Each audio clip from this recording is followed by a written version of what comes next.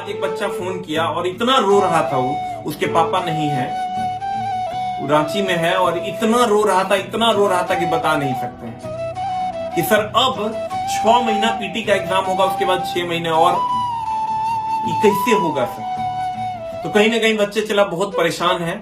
आगे अब एक बहुत बड़े आंदोलन की ओर बच्चों को मोड़ा जा रहा है रेलवे भर्ती बोर्ड के द्वारा। हम चाहेंगे, सरकार से विनती करेंगे कि इस बहुत बड़े आंदोलन, अगर आपने ऐसा नहीं किया तो एक बहुत बड़े आंदोलन के लिए आप तैयार रहिए, क्योंकि अब बच्चे किसी के रुकेंगे नहीं।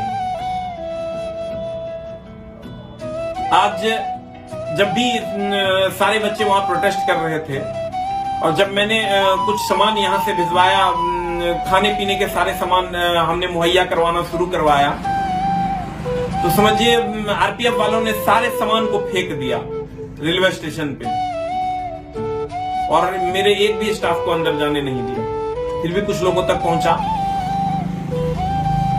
मतलब अब हद हो गई है। और आंसू गैस के गोले दागे गए, बच्चों को पे लाठी चार्ज भी हुआ।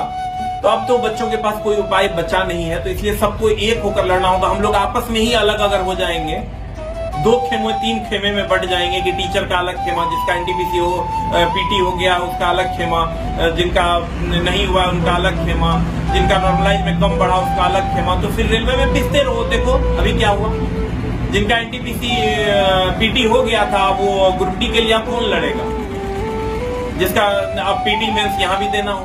अब बताओ, 2 साल तक तो ये भर्ती फिर लटक गई। सीबीटी 1 और सीबीटी 2, आप क्या कह रहे हो कि देखिए, एक तरह से देखा जाए तो मेरे मायने में गलत भी है और एक तरह से सही भी है। गलत किस वजह से है, अभी एग्जाम हो जाता, इन्होंने क्या सोचा होगा, इन्होंने सोचा कि देखिए जो नजरिया उनका होता है, जो सरकार का नजरिया होता है, जो मुझे लगता है कि उन्होंने 2 एग्जाम क्यों करवाए होंगे। इन दोनों चीजों में एक अच्छा और बुरा दोनों है।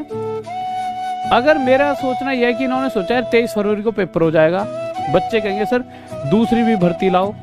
अब ये क्या सोचेंगे, उसको थोड़ा सा हल्का सा या तो आगे तक बढ़ाने की सोच रहे हैं उसे, है ना।